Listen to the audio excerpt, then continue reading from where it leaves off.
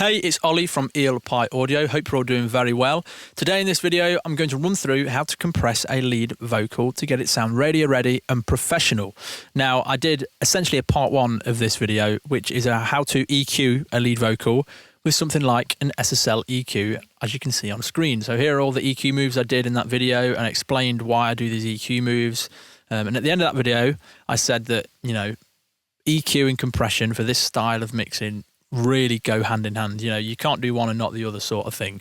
So in this video, we're going to go onto the compression and how to get the vocal up front, leveled and get that really sort of compressed and just a radio ready vocal sound, because throughout musical history, all our favorite records, the vocal's compressed, and it's probably compressed more than you think. Even early Beatles stuff, there's some really heavily compressed things in there. So without further ado, I'm going to pop these on. We're going to get straight into it.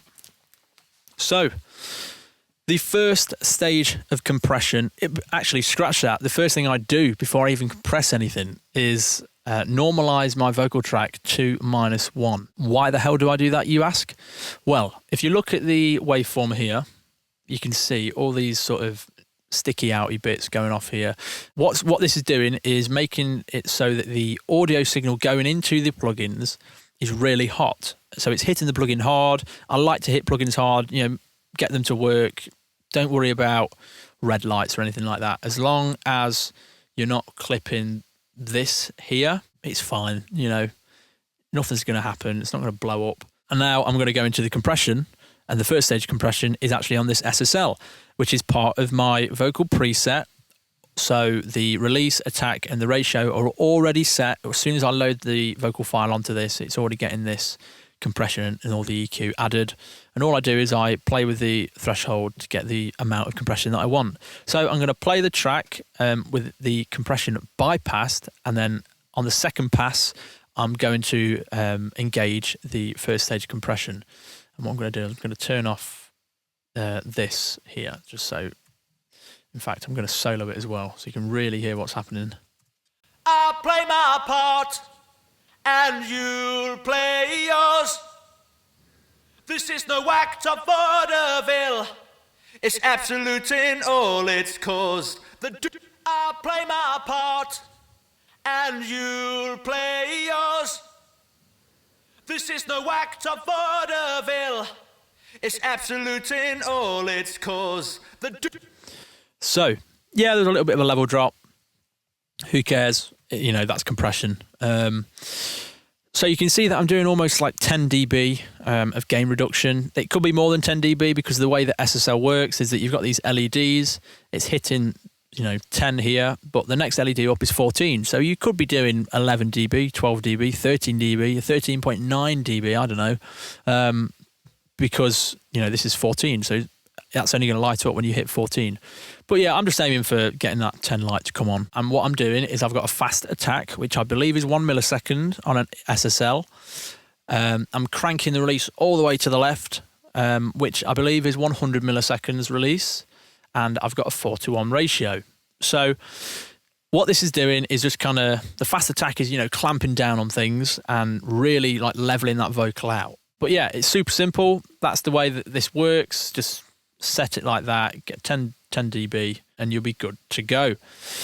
Moving on to the second stage compression, the most famous vocal compressor in the world, if not the most famous compressor in the world. It is, of course, none other than the 1176. I mean, really, what else was it going to be? So with the 1176, I use the UAD version. This is the Rev A, otherwise known as the Blue Stripe, or if you use the CLA 76, of course, it's the Bluey. It's super simple. You've got input, output, attack, release, ratio. That's all I am bothered about. In fact, the only thing I'm bothered about really is the input. That's about it. It's a preset. I have it loaded onto the vocal track automatically with the attack at 3, which is probably, medium. Release at 7, which is fast. We don't want it to hold on to anything. Ratio at 4, and the input is set at 30. I might dial it down, but yeah, set at 30 and I'll just leave it. So I'll press play. Again, I will bypass it, and then on the second pass, I will engage the compressor. I'll play my part, and you'll play yours. This is no act of vaudeville. It's absolute in all its cause. I'll play my part, and you'll play yours. This is no act of vaudeville. It's absolute in all its cause. So you can hear that there's a lot, going off there. There's a load of compression. If I just increase this, look, just so you can see that meter going. I'll play my part, and you'll play yours. Compression. Loads of compression. We love compression here. Yeah. And if you notice, it sounds great. It sounds good. That's... Oh, hang on a minute. It's sounding like a professional record. It's funny that, isn't it? Because a lot of the time you get told, you want to aim for 4 dB of compression or whatever. No. Don't listen to that. Listen to this, because that is the sound of radio-ready vocals, professional vocals. You want the vocals to be level. And technically this is series, so serial compression, which is like 2 compressors after one another.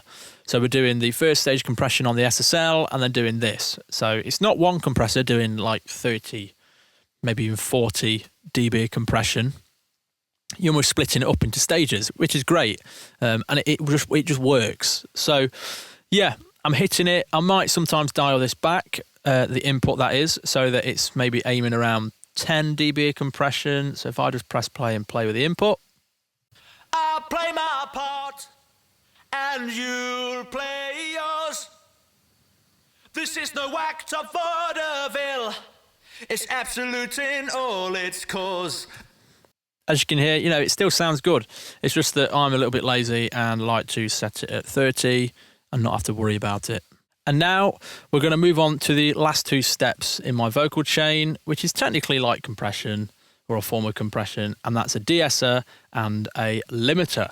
So first off, I won't spend too long on these, but, they do the job. It's like a tool. The de-esser, I have a vocal preset called Vocal Tamer, because that's the best way to describe it. You're just taming the vocal, all that top end that you've added, it's being compressed, and then just make sure it's in check with a de-esser. So very simple. On this de-esser, which is the stock one in Logic Pro, I've got a filter, which is set to a shelf. The frequency is around 3.5K.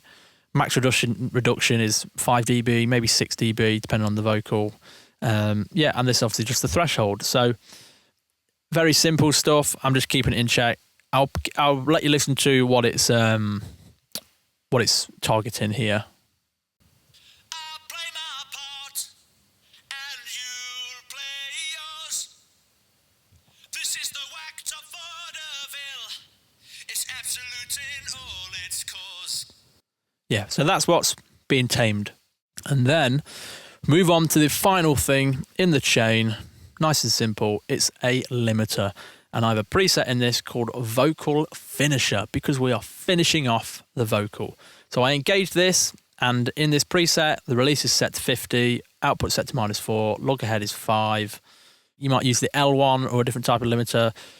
If you don't have these sort of settings, just set it release to 50, output level to -4, and then play with the gain.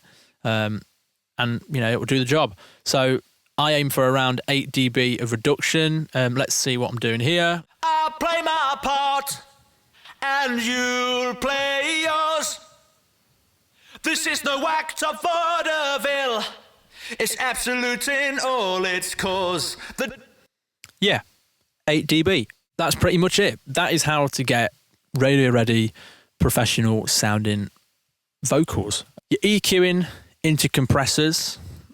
That's the whole gist of this. Like I say, I did a video about EQing with an SSL-style EQ, just like this. Here's all the EQ moves. So I'm going from the EQ into the compressor, and I don't know if I mentioned this, but make sure if you're using something like this, you have this button engaged. Very important, because this puts the compressor after the EQ. Then into an 1176. This is the blue stripe version. And then, like I say, de-essing it and then limiting it. And that's it. That's all I do to a vocal. That's how you do it. So watch the first video if you haven't. Take the tips and tricks from that. Then take the tips and tricks from this, put them together and implement them into your next project, because I guarantee that they'll probably get you somewhere close to radio-ready, professional sounding vocals. So, thanks for watching. Hope you found it informative. Like I say, watch the first video, and I hope you've enjoyed this video, and I will see you in the next one. Cheers.